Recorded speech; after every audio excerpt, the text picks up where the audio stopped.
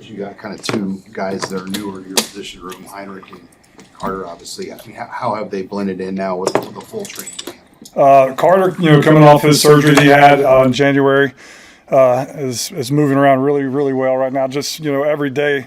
He's still, we talk about all, he's still been in less than 200 or 50 double teams in his lifetime. So just getting used to play in the box in that area, all the receiver stuff, route running things, that comes with ease for him. And he's really, athletic and has some great traits and can be a mismatch out there. Where he is there is good. We just have to get the physical component for his game to catch up, to everybody else.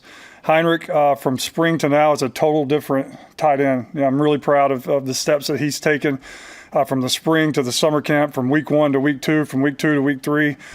He's working at it. He's getting more comfortable playing the physical nature of the position, and look forward to seeing what he does this season moving forward, because he's just going to keep getting better and better. He's got a lot of upside. What specifically with Hinrich are you seeing? Just the improvements. Just the confidence. Puts his face in the block now, where he was a quarterback, so he's never done that. So just learning how to put his face in the block. Just being in a box with 8 huge, large human beings, getting hit every play at different places, falling on each other. So it's just a different world. It's a total different game than playing quarterback, and I think he's getting more confident in that role. He's getting more physical. I think the understanding of football and the time and spacing helps him from going from quarterback to tight end. So he's had a really good camp so far. This might sound a little naive, but is it harder to develop once the games begin and you're in a week-to-week preparation?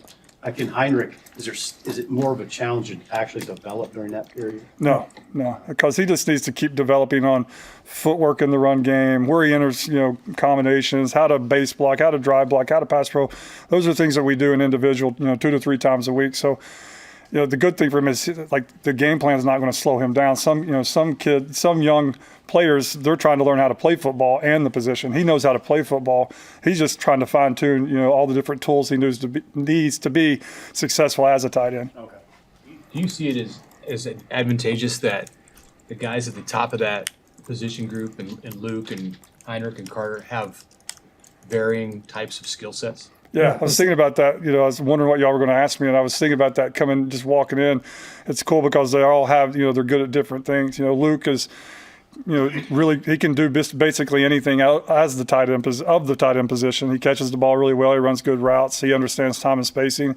He understands footwork and blocking. He's got the best pad level.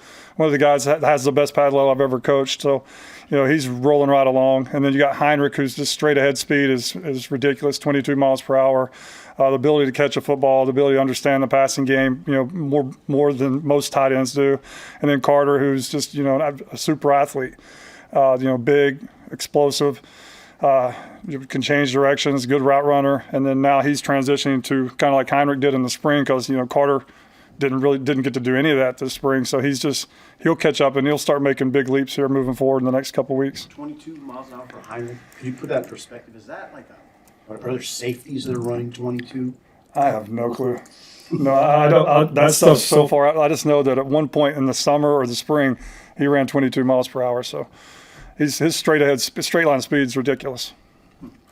We know who those top 3 are. Who would have the leg up kind of as your 4th option? I think all 3, like Caden Echternock, Danny King, and Eric Ingerson, are all 3, right there fighting, for that 4th spot. They're all coming in, working hard. That's a really good room, a really tight room. They get along with each other. They work well with each other. So those 3 guys are, going to have a chance to play at some point this year. They're just going to keep competing and battling it out. Just how disappointing was it to know the severity of Mac's injury, and how are you guys keeping him involved with MLB? He comes and eats with us every day, and he's, he doesn't come to all the meetings because he's doing rehab and stuff in the training room, but he's around the guys all the time. He's at practice. He's on the sidelines. He helps me do personnel. He's there helping coach the young guys. So he's staying involved. It was bad. Once you heard what happened, it was terrible. It was a tragedy, but we're here for him, and we're going to get through it, and we're all going to be better for it. What was your reaction when Luke said this is tight end you, and do you think that's something that's attainable here? I think it's attainable. I think that we keep working towards it every single day. I think it doesn't just happen in 1 year. I think it's just going to start, an accumulation of talent year after year through recruiting when people see what our offense looks like and how we're utilizing the tight ends and all the different things. I mean, you don't just come here and line up off the ball and block the backside inside zone. You get to run multiple run schemes. You got to learn how to pass pro. You got to learn how to be a route runner.